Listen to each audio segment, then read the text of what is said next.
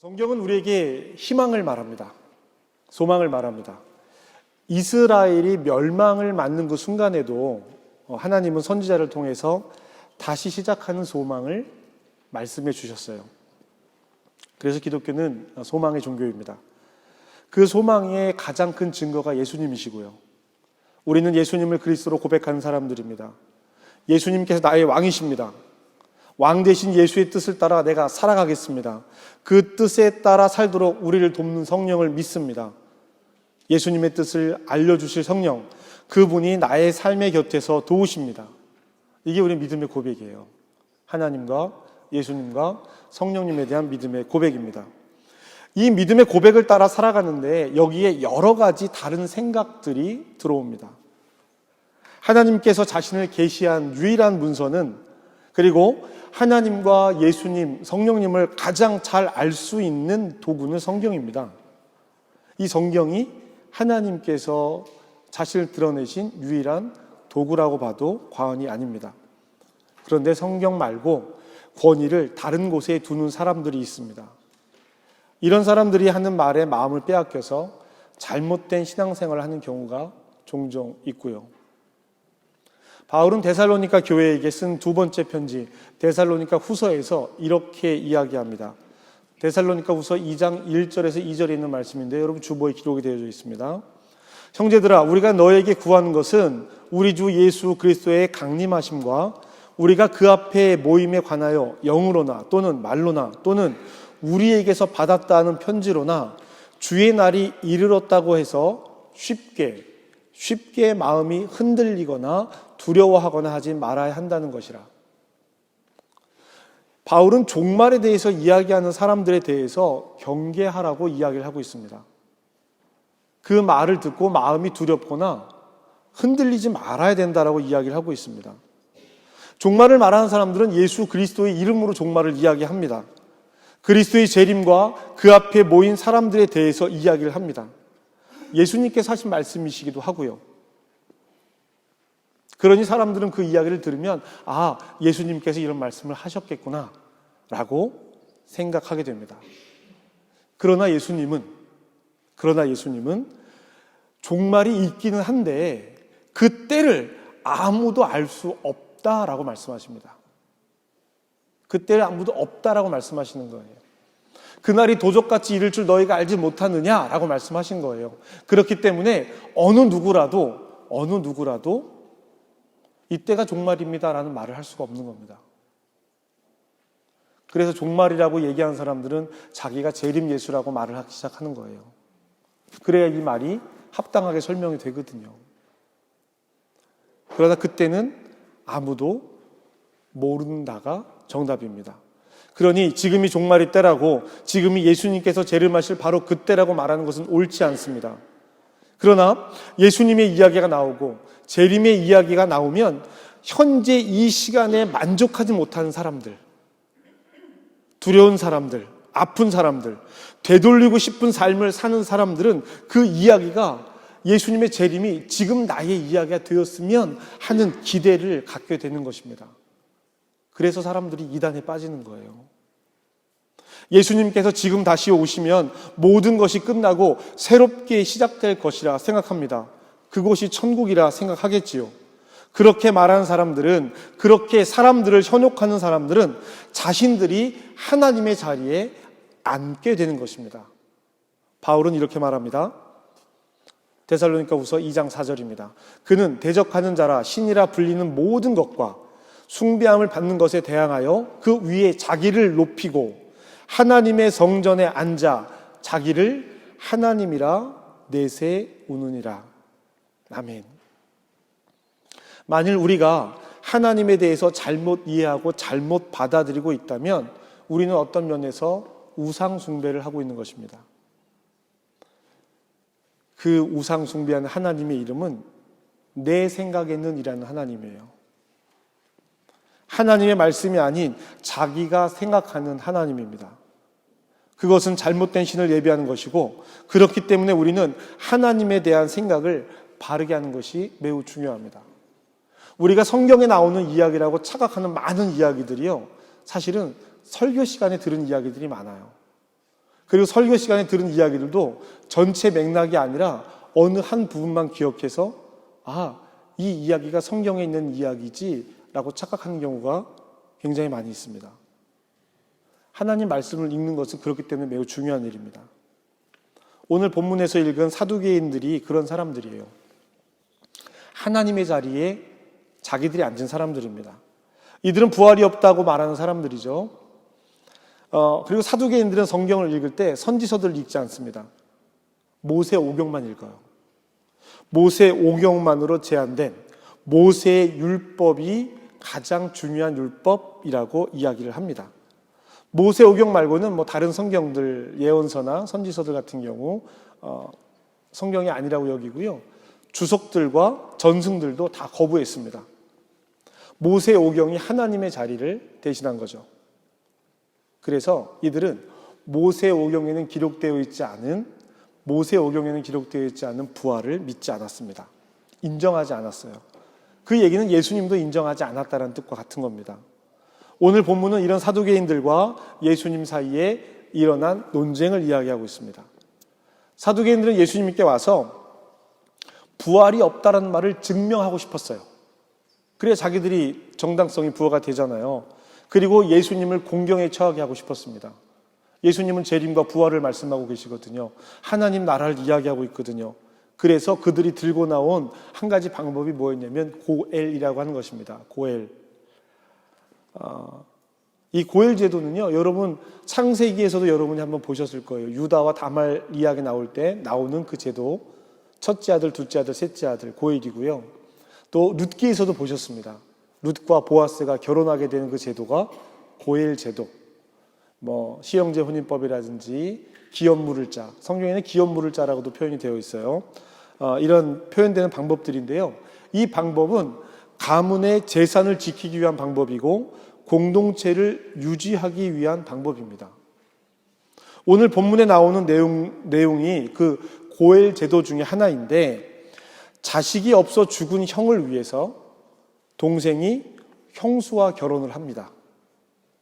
그리고 낳은 자식을 형의 자식으로 삼는 거예요. 그러면 형이 가지고 있던 재산을 동생으로 낳은 그 아이가 물려받게 되는 것입니다. 그 집안이 유지가 되는 거예요. 사두개인들은 한두 사람의 형제가 아니라 무려 7명의 형제를 들고 나옵니다. 7명의 형제, 최악의 경우죠. 7명 모두가 자식이 없이 다 죽어서 첫째 아내와 모두 결혼했다라는 거예요. 큰형이 결혼을 했는데 아이가 없이 죽어서 둘째, 셋째, 7명의 아이가 없이 다 죽었고 그 여자도 죽었어요. 부활이 되면 이 여자는 누구의 아내일까요? 이게 사두개인들이 들고 나온 질문입니다. 이 여자는 누구의 아내입니까? 부활을 문자 그대로 살아가는 것, 다시 살아나는 것으로 이해하면 이 질문에서 빠져나갈 수 없습니다. 많은 신앙인들이 이렇게 생각하며 살아갑니다. 지금도 그렇고요. 그래서 이런 얘기들을 많이 합니다. 천국에 가면 할아버지가 날 알아볼 수 있을까? 할아버지가 돌아가셨을 때 나는 꼬맹이였는데 내가 이렇게 커서 늙어서 죽으면 할아버지가 나를 알아볼 수 있을까? 어느 때 모습일까? 여러분, 천국에서 어느 때 모습이었으면 좋겠어요? 젊었을 때요? 그런 얘기들 많이 하잖아요. 가장 예뻤을 때, 가장 아름다울 때. 그럼 제 딸은 제가 생각하기에 4살 때가 가장 예뻤는데, 4살, 주관적인 제 입장에서 그렇잖아요. 그럼 자기는 그때가 안 이뻤다라고 생각할 수 있는데, 참 애매한 이야기죠. 이런 질문과 다르지 않은 거예요. 이 여자가 누구의 아내이냐라고 하는 질문은 천국을 오해하고 있는 것입니다. 천국을 우리가 살아가는 이 세상과 동일한 곳이라고 생각한 결과가 그렇게 나타난 것이죠. 그럼 예수님은 어떻게 말씀하시나 볼까요? 예수님은 이렇게 말씀하십니다. 누가복음 20장 35절에서 36절 말씀, 우리 함께 예수님께서 어떻게 말씀하셨는지 함께 읽어보겠습니다. 시작.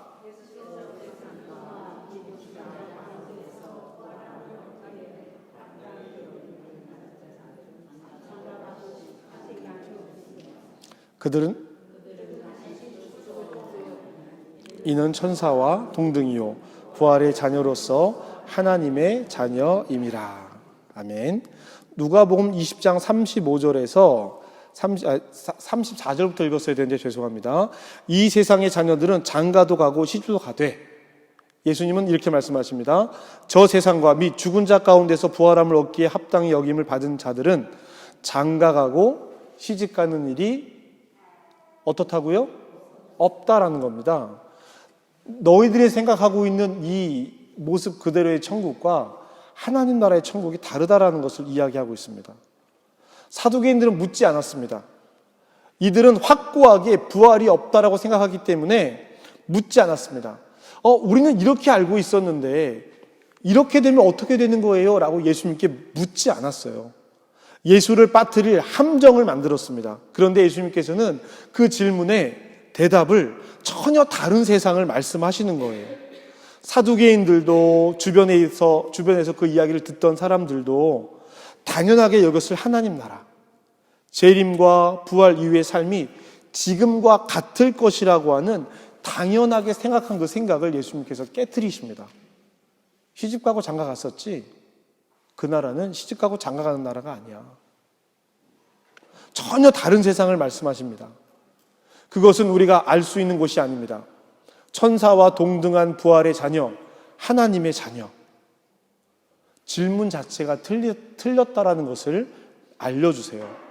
그들은 예수님께, 예수님, 당신이 말씀하시는 부활이란 것이 무엇입니까? 재림은 무엇입니까? 이렇게 물었어야 했습니다. 질문하고 싶지 않았던 거죠. 예수님은 더 나아가서 이 부활에 대해서 사두개인들이 그렇게 중요하게 여기는 모세의 이야기를 통해서 다시 한번 말씀하십니다. 여러분, 제가 아까 사두개인들은 모세의 율법을 중요하게 여긴다고 말씀드렸죠. 28절에 보면 모세가 우리에게 써주기를 이라고 되어 있습니다. 모세가 우리에게 써주기를. 고엘 제도에 대해서 모세가 우리에게 써준 율법에 이렇게 되어 있는데 모세의 율법에는 부활이 나오지 않지 않습니까? 예수님께서 그들에게 이렇게 대답하십니다. 37절부터 38절까지의 말씀 우리 함께 읽겠습니다. 37절에서 38절 함께 읽습니다. 시작.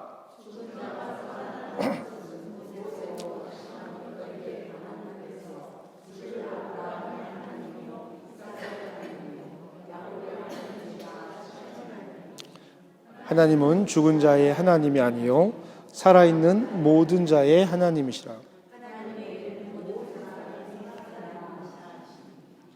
아멘. 모세가 모세오경을 기록했다라고 하는 전제를 가지고요, 모세가 그의 글 모세오경에서 아브라함의 하나님, 야곱의 하나님, 이삭의 하나님이라고 부른 것, 이 세 세대는 같이 있을 수 없는 세대잖아요. 아브라함의 하나님, 이삭의 하나님, 야곱의 하나님. 부활, 즉 죽은 자들이 다시 살아나는 것을 분명히 보여줬다라고 예수님은 말씀하고 있습니다. 이 말씀을 통해서 예수님은 죽은 자의 하나님이 아니라 살아있는 자의 하나님이시라는 것을 이야기하고 있습니다. 하나님 앞에 있는 사람은 모든 사람들이 살아있는 사람입니다. 하나님 앞에 서 있는 사람이 죽은 사람일 수 있겠습니까? 모두가 살아있는 사람이라고, 지금 우리도 하나님 앞에 살아있는 사람이라고 이야기를 하고 있는 것입니다. 많은 사람들이 하나님을 오해하는 일들이 있습니다. 자신의 하나님을 만듭니다. 자신만의 하나님을 만들죠. 그리고 각자 자기 소견에 옳은 대로 하나님을 사용합니다. 하나님을 이용합니다. 사사기에 나와 있는 이야기들이에요. 하나님의 뜻을 온전히 알고 따르려 하기보다 자기 생각에 맞는 한 부분을 찾아서 모든 것에 그 한 부분을 맞추려고 합니다. 나만의 하나님이 만들어집니다. 그리고 그 하나님을 모두의 하나님이라고 착각합니다. 사랑하는 성도 여러분, 우리는 천국의 소망을 가지고 살아갑니다. 그 천국은 우리의 다른 생각으로 변하지 않습니다. 그리고 그 천국은 죽어서만 가는 천국이 아닙니다. 살아있는 모든 자의 하나님이신 것처럼 지금 우리가 살아가는 곳이 하나님 앞이어야 합니다. 여기와 거기의 생활의 방식이 다른 것이 아닙니다. 부활을 믿지 않는 사람들이 부활 후의 삶을 지금의 삶과 똑같을 것이라고 생각한 것처럼 우리도 비슷한 생각을 하고 있는 것은 아닐까요? 내 생각에는 이라고 이름 붙여진 하나님이 내 안에 계신 것은 아닙니까? 천국과 부활, 재림에 대한 관심보다 지금 어떤 삶의 태도를 가지고 살았을 때 천국과 부활과 재림을 만날 수 있을까? 이 생각이 먼저 앞서야 되지 않겠습니까? 이 믿음이 확실해야 다른 유혹에 넘어가지 않습니다.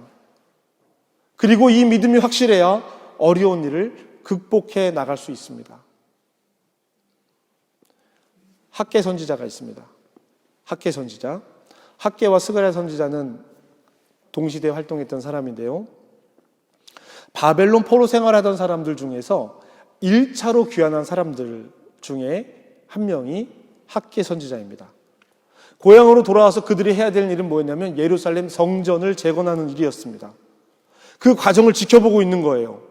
진행이 안 됩니다. 처음에는 와서 열심으로 짓기 시작하는데 지어지지 않는 거예요. 주변에 방해도 많고요. 돈도 많이 들어갑니다. 내 거 먹고 살 것도 해야 되는데 성전도 지어야 돼요. 어려운 일이 한두 가지가 아닙니다. 무엇보다도 지금 재건하고 있는 성전의 모양이 꼴이 마음에 안 드는 거예요. 예전에 예루살렘 성전은 너무 아름다운 성전이었는데 다 빼앗기고 다 망가진 것을 다시 쌓아 올리려고 하니 이전보다 못한 성전의 모습에 마음이 상한 겁니다. 실망한 겁니다. 이때 학개와 스가랴 선지자는 이 사람들에게 포기하지 말고 끝까지 성전을 재건하자라고 독려합니다. 학개의 입을 빌려서 하나님께서 말씀하십니다. 학개 2장 9절 말씀인데요. 이 성전의 나중 영광이 이전 영광보다 크리라. 만군의 여호와의 말이니라. 내가 이곳에 평강을 주리라. 이곳에 평강을 주리라. 만군의 여호와의 말이니라. 학개 시대의 성전은 재건되어야 했습니다. 아직 예수님의 때가 이르지 않았기 때문에 그 성전은 재건되어야 했고 거기서 하나님께 예배를 제사를 드려야 했습니다. 그러나 학개를 통해서 하시는 하나님의 말씀은 예수님을 보여주십니다. 이곳에 평강이 있게 하겠다. 이 평강이 예수님이에요. 내가 주는 평화는 세상이 주는 평화와 같지 않을 것이다 라고 말씀하시는 그 예수님의 평강입니다. 평화의 왕으로 오신 예수님, 영광 중에 오신 예수님을 보여주고 있습니다. 사랑하는 성도 여러분, 주님의 길을 걷고 있는 성도 여러분, 기억합시다. 분명하면 확실하겠지요. 그래야 흔들리지 않습니다. 거짓된 유혹에 넘어가지 않고 잘못된 하나님을 만나지 않습니다. 우리가 하나님을 바로 알고 하나님께서 하시는 말씀을 바로 알아가는 것, 이것은 매우 중요한 일입니다. 잘못된 하나님, 오해되는 하나님을 믿는다면 얼마나 억울하겠습니까? 살아서 지금 이 시간 하나님 앞에 선 사람들이 되기를 축복합니다. 지금 삶이 하나님 앞에 선 삶이 되기를 축복합니다. 희망을 말씀하시고 소망을 말씀하시는 하나님께서 여러분의 삶을 이끄시기를 축복합니다. 기도하시겠습니다.